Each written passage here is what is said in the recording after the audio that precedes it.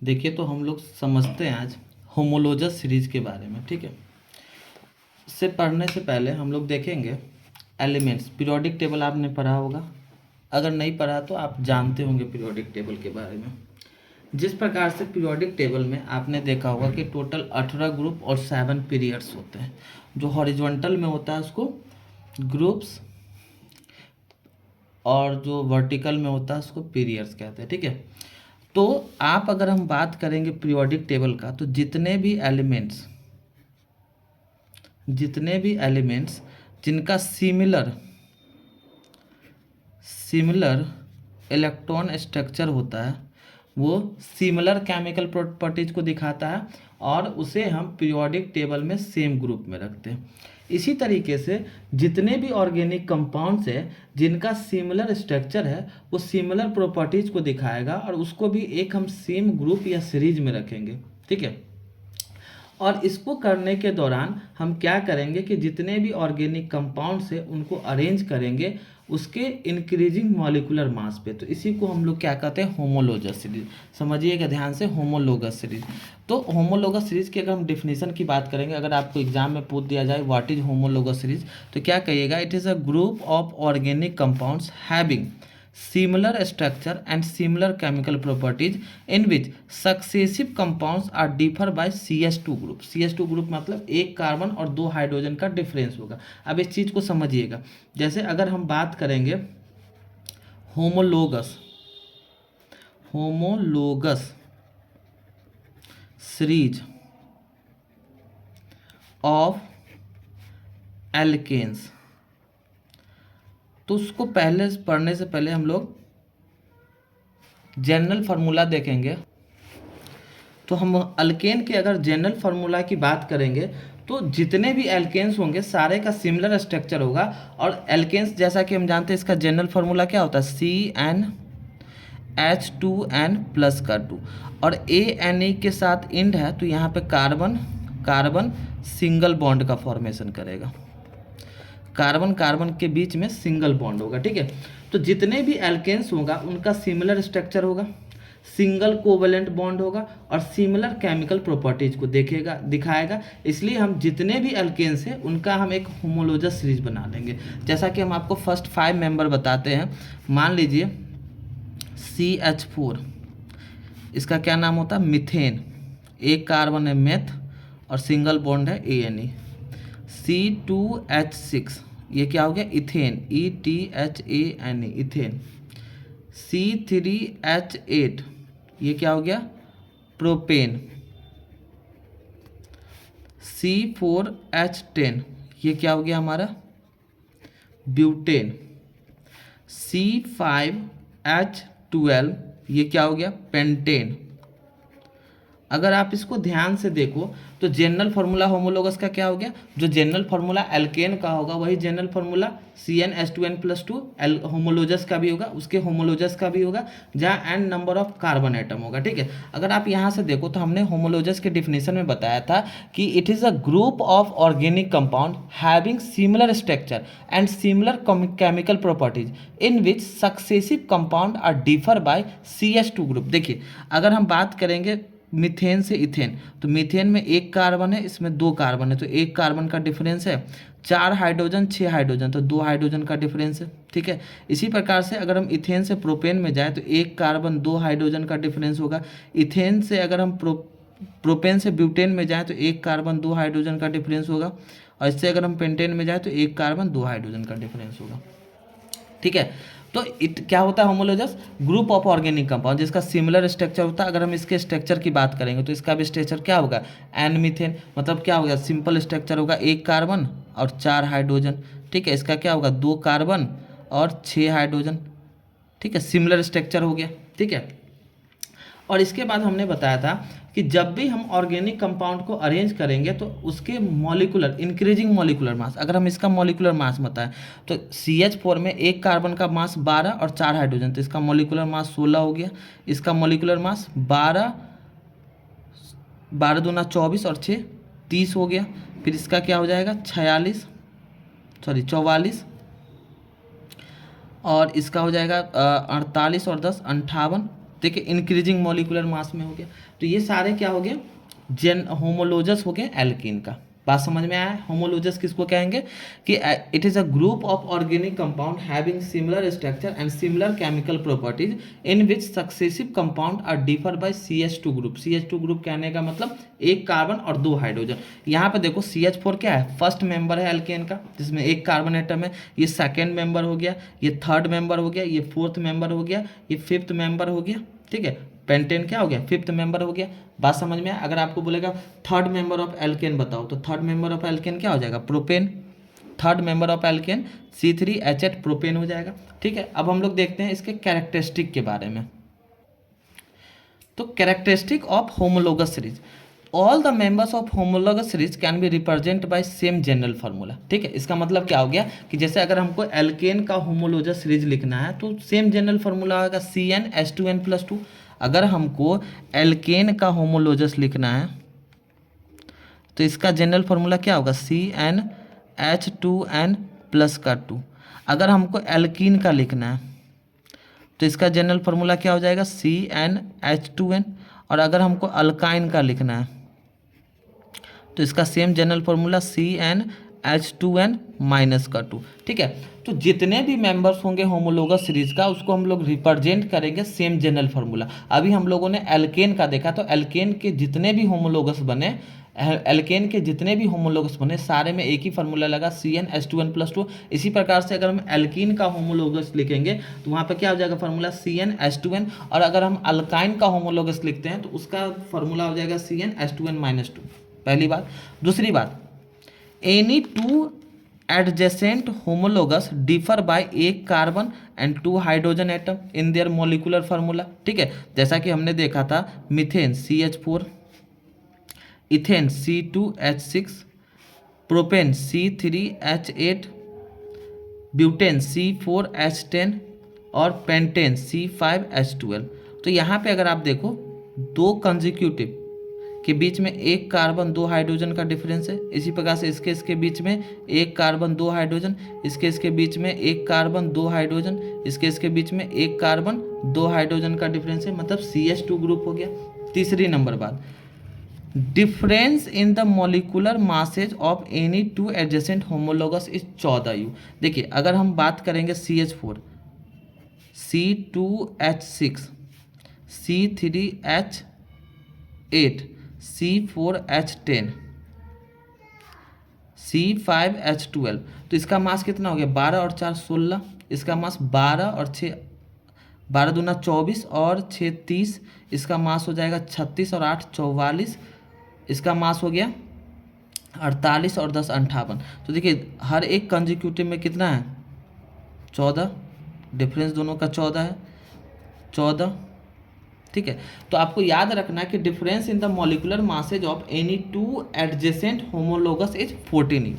Next property क्या कहता है, all the compound of homologous series so similar chemical properties. जितने भी कंपाउंड्स होंगे होमोलोगस का सारे का सिमिलर केमिकल प्रॉपर्टीज होगा। और हमने ऑर्गेनिक कंपाउंड के केमिकल प्रॉपर्टीज के बारे में बताया था, उसके स्ट्रक्चर पर डिपेंड करता है। ठीक है, तो सिमिलर केमिकल प्रॉपर्टीज होगा। जैसे मान लो कि अगर हम एल्केन में देखें तो एल्केन में जितने भी होमोलोगस होंगे एल्केन का सारा सिंगल बॉन्ड होगा, सिंगल प्रॉपर्टीज को दिखाएगा। एल्कीन का डबल होगा, एल्काइन का ट्रिपल होगा। इसके बाद हम लोग नेक्स्ट प्रॉपर्टी देखते हैं, लास्ट प्रॉपर्टी, कि members of a homologous series so gradual change in their physical properties with increase in molecular mass. जैसे जैसे मॉलिक्यूलर मास इंक्रीज होगा उसके फिजिकल प्रॉपर्टीज कहने का मतलब क्या हो गया कि जैसे उसका मेल्टिंग पॉइंट, बॉइलिंग पॉइंट। अगर हम बात करेंगे एल्केन सीरीज का तो जैसे जैसे नंबर ऑफ कार्बन एटम पर मॉलिक्यूल इंक्रीज होगा उसका मेल्टिंग पॉइंट भी इंक्रीज होगा, बॉइलिंग पॉइंट भी इंक्रीज होगा, डेंसिटी भी उसके मेंबर का इंक्रीज हो जाएगा। ठीक है, तो ये क्या हो गया, होमोलोगस सीरीज के बारे में हम लोगों ने देखा।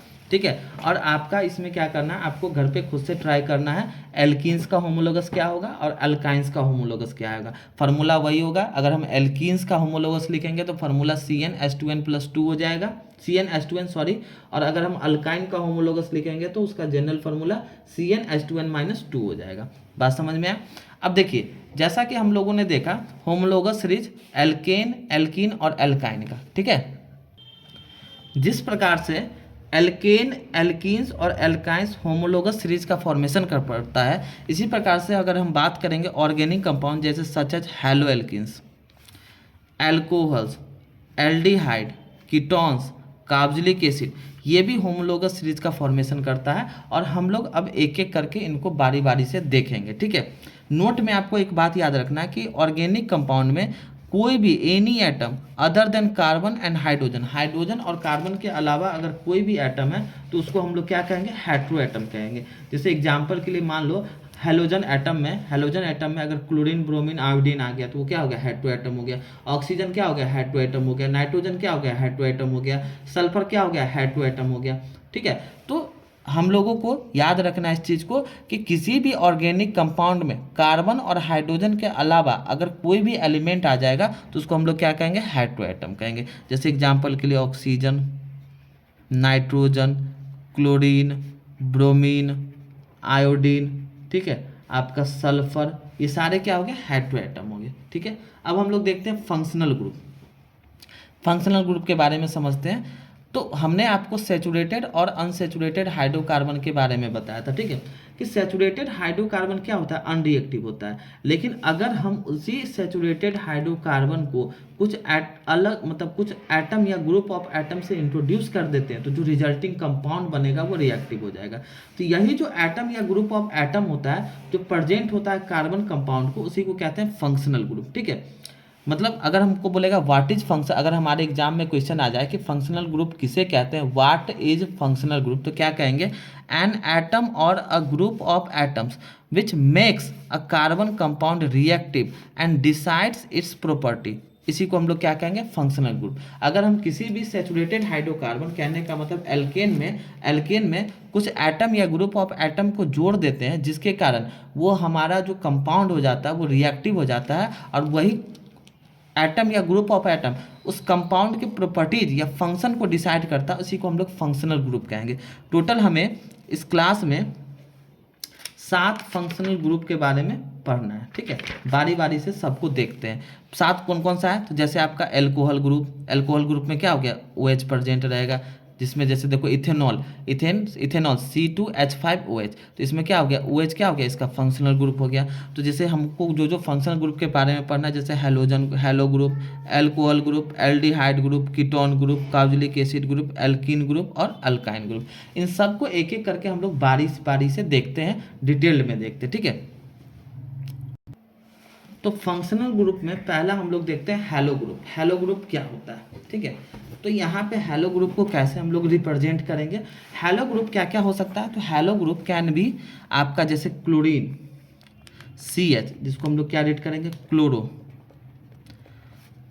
Br, ब्रोमो, और आइडो, IODO, ठीक है। Depending upon whether a chlorine, bromine और iodine atom is linked to a carbon atom of the organic compound.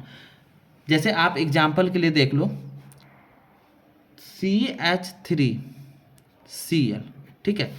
जैसे आपका ये क्या हो गया, क्लोरो, इसको हम कहेंगे chloro, CHLORO, chloro methane. Methane का फॉर्मूला हम लोग जानते हैं, मीथेन का फॉर्मूला क्या होता है, C2CH4। अब इसी CH4 का अगर हम स्ट्रक्चर बनाएं तो C और 4 हाइड्रोजन लग जाएगा, इधर 2, 3 और 4। जब इसी में एक हाइड्रोजन को हम हटा के और यहीं पे हम क्या कर देते हैं, क्लोरीन को जोड़ देते हैं, तो यही हमारा क्या हो जाएगा, क्लोरोमीथेन। क्या हो जाएगा, क्लोरोमीथेन। अगर इस क्लोरीन के जगह अगर हम ब्रोमीन को जोड़ देते हैं तो ब्रोमोमीथेन, अगर हम आयोडीन को जोड़ देते हैं तो आयोडोमीथेन। तो इसका मतलब ये सारे क्या हो गए, हेलो ग्रुप। हेलो ग्रुप को हेलोजन ग्रुप भी कहते हैं। यहाँ पे ये कैसे होता है, इसका जनरल अगर हम स्ट्रक्चर की बात करेंगे तो R-X, यहाँ R कोई भी अल्काइल ग्रुप होगा। हमने आपको अल्काइल ग्रुप के बारे में बताया था, किसी भी एल्केन ग्रुप से अगर हम एक हाइड्रोजन एटम को रिमूव कर देते हैं तो यहाँ अल्काइल ग्रुप का फॉर्मेशन होता है। जैसे हमने CH4 में क्या हो गया, हमने मीथेन से एक हाइड्रोजन को रिमूव कर दिया तो ये क्या हो गया, मिथाइल। तो मिथाइल एक क्या हो गया, अल्काइल ग्रुप, और उसी में हमने क्लोरीन को जोड़ दिया। तो जिसको जोड़ेंगे उसका नेमिंग पहले आएगा। क्लोरीन जोड़े तो क्लोरो मीथेन। सपोज करो इसी में CH3 अगर हम आई जोड़ देते हैं तो ये क्या हो जाएगा, आयोडो मीथेन। अगर हम CH3 इसमें अगर हम Br जोड़ दें तो ये क्या हो जाएगा, ब्रोमो मीथेन। तो इस तरीके से क्या हो गया आपका हैलो ग्रुप। हैलो ग्रुप में क्या क्या हम जोड़ सकते हैं, तो किसी भी एल्केन ग्रुप में, किसी भी अल्काइल ग्रुप में, एल्केन से तो पहले अल्काइल बन जाएगा, किसी भी अल्काइल ग्रुप में एक हाइड्रोजन के जो खाली जगह है, जो बचा हुआ है, उसके जगह पर अगर हम क्लोरीन, ब्रोमीन या आयोडीन को जोड़ देते हैं तो यहीं पे हैलो ग्रुप या हैलोजिनो ग्रुप बन जाता है। ठीक है, याद रखना है इससे। दूसरा होता है हमारा एल्कोहल ग्रुप। एल्कोहल ग्रुप में क्या जुड़ा हुआ रहेगा, OH। ये एल्कोहल ग्रुप कैसे बनता है, तो made up of 1 oxygen atom and 1 hydrogen atom are join together. जब एक ऑक्सीजन और एक हाइड्रोजन को अगर हम आपस में ज्वाइन कर देंगे तो यहीं पे एल्कोहल ग्रुप मिल जाएगा। बात समझ में आया। एल्कोहल ग्रुप को हम लोग एल्कोहलिक ग्रुप या हाइड्रोक्साइल ग्रुप भी कहते हैं, एल्कोहलिक ग्रुप या हाइड्रोक्साइल ग्रुप भी कहते हैं। ठीक है, और ऐसे कंपाउंड जिसमें अल्कोहल होता है, compounds containing alcohol are known as alcohols. ठीक है, इसका जनरल फॉर्मूला ROH। ठीक है, जहाँ R कोई भी अल्काइल ग्रुप होगा और यहाँ OH क्या हो गया, हैलो ग्रुप। जैसे आप एग्जाम्पल के लिए ले लो CH3OH। ठीक है, तो CH3 क्या हो गया, methanol, methanol.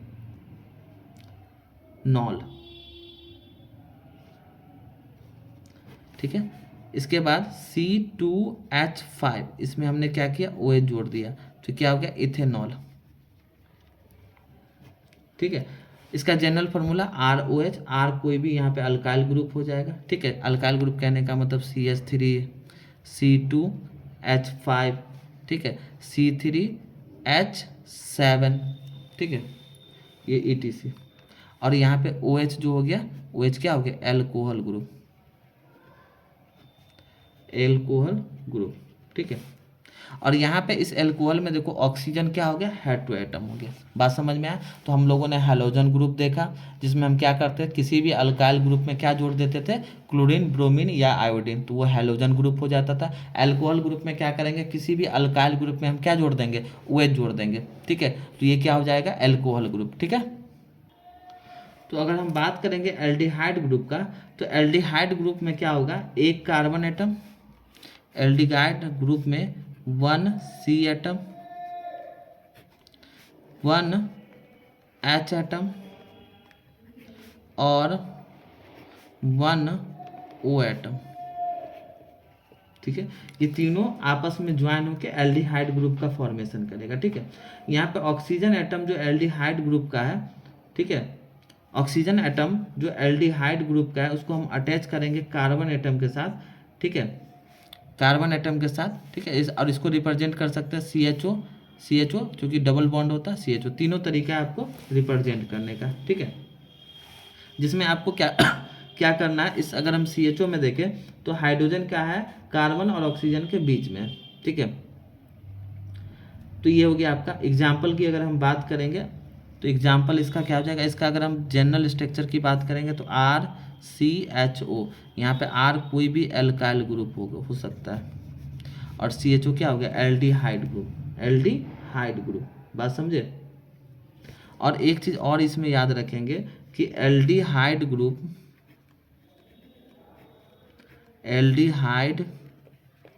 Group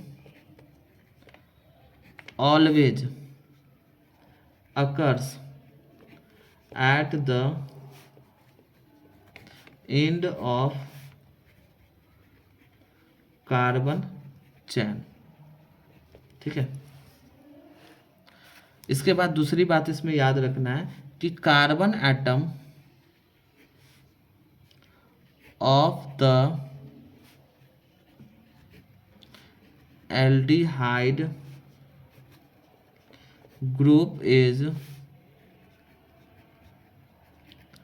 attached to only one alkyl group। ये जो कार्बन एटम होगा एल्डिहाइड का ग्रुप का, वो बस एक ही अल्काइल ग्रुप के साथ जुड़ा रहेगा, जैसे मेथेनॉल। अब देखें तो यहाँ पे अगर हम एग्जाम्पल के लिए देखें, HCHO, ये क्या हो जाएगा, मिथेनल, ठीक है। जैसे CH3CHO, ये क्या हो गया आपका, इथेनल। तो इसमें देखो CHO, यहाँ पर CHO, ठीक है। तो ये क्या हो गया हमारा एल्डिहाइड ग्रुप। चौथा, इसको और डिटेल में हम लोग पढ़ेंगे, पहले हम लोग समझ लेते हैं इस चीज़ के बारे में क्या होता है, क्योंकि बहुत इंपॉर्टेंट है। चौथा, कीटोन ग्रुप। कीटोन ग्रुप कैसे रिप्रेजेंट करेंगे, एक कार्बन ऑक्सीजन डबल बॉन्ड के साथ, और यहाँ पे, या इसको हम ऐसे भी रिप्रेजेंट कर सकते हैं। कभी कभी एग्जाम में आपको MCQ में ये आपको फिगर देगा, उसमें बोलेगा कौन सा इसमें कीटोन ग्रुप का सही है, ठीक है। तो कीटोन ग्रुप में आप देखो, एक कार्बन एटम और 1 ऑक्सीजन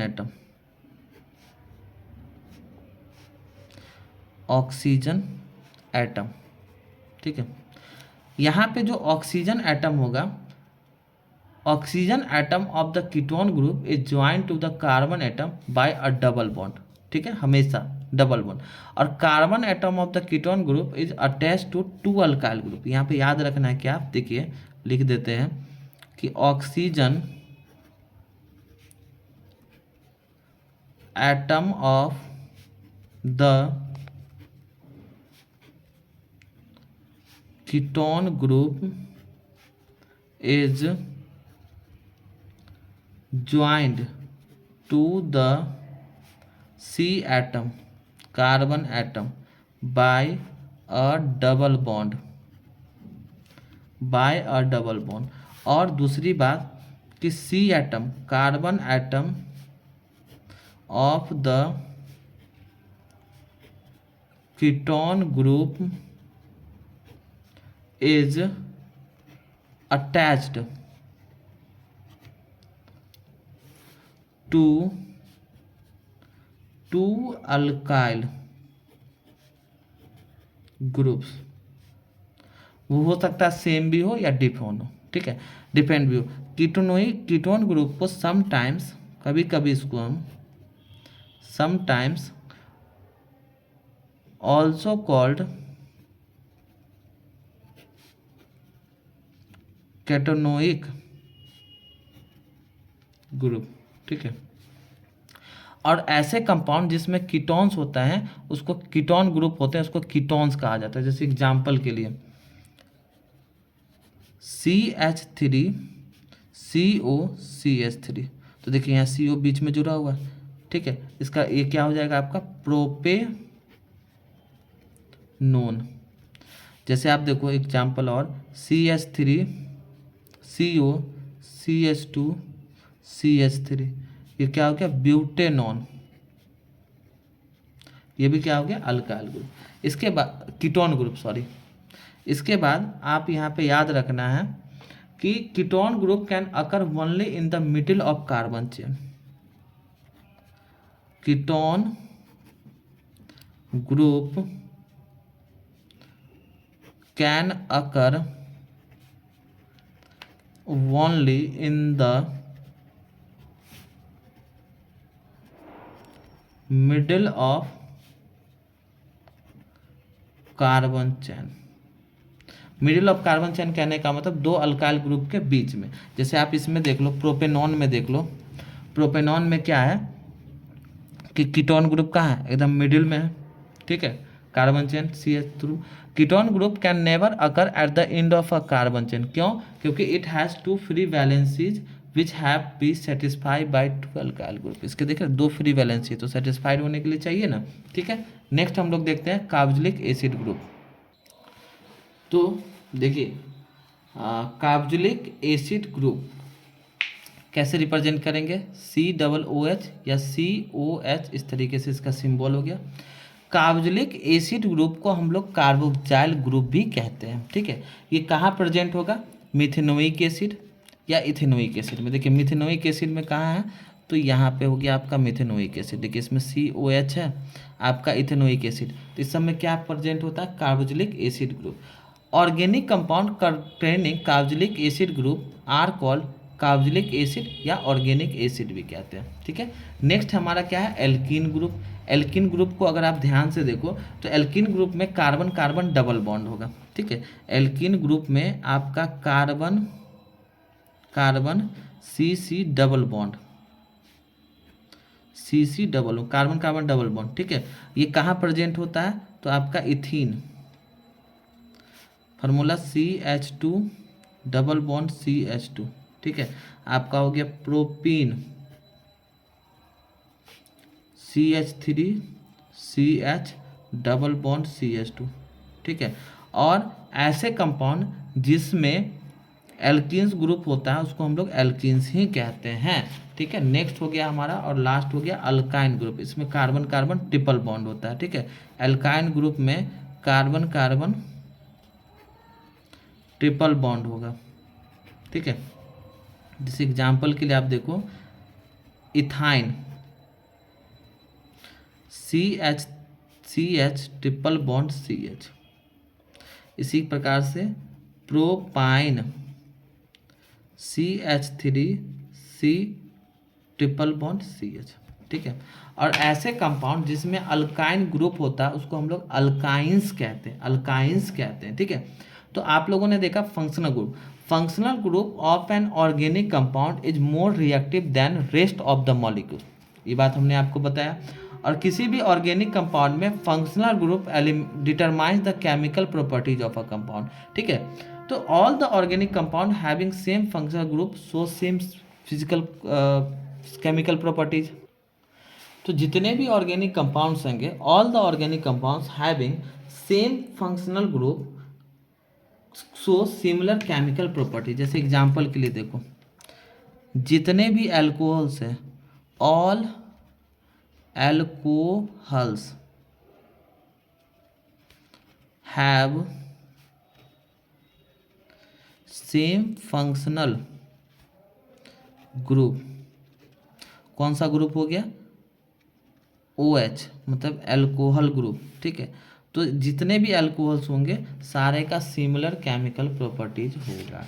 ठीक है, तो इस हम लोगों ने फंक्शनल ग्रुप के बारे में देखा और hello group, chlorine group, bromine group को छोटे छोटे तरीके से देखा। अब हम लोग देखेंगे विशेष तौर में इसको एकदम एक्सप्लेन करके देखेंगे, जैसे हैलो एल्कीन्स उसके नेमिंग कैसे करते हैं, फिर एल्कोहल्स उनका नेमिंग कैसे करेंगे।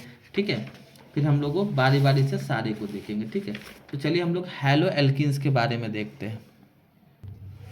जैसे बात करेंगे हैलो एल्केन्स का, तो हैलो एल्केन्स में क्या हो जाएगा, हमने आपको बताया था हैलोजन, फंक्शनल ग्रुप में बताया था हैलो ग्रुप या हैलोजन ग्रुप, जिसमें हम क्या करते हैं, एक हाइड्रोजन एटम को रिप्लेस करके क्लोरीन, ब्रोमीन या आयोडीन को लगा देते हैं। तो देखिए ध्यान से समझिएगा कि जब हम when one hydrogen atom of alkene, जब एल्केन से एक हाइड्रोजन एटम को अगर हम रिप्लेस कर देते हैं किसी भी हैलोजन एटम से, हैलोजन एटम क्या हो सकता है, क्लोरीन, ब्रोमीन, आयोडीन, तो वहीं से हमें क्या मिल जाएगा, हैलो ग्रुप मिल जाएगा। जैसे आप एग्जाम्पल के लिए समझो, अगर आपके पास क्या है, मिथेन, CH4 क्या हो गया आपका, मिथेन।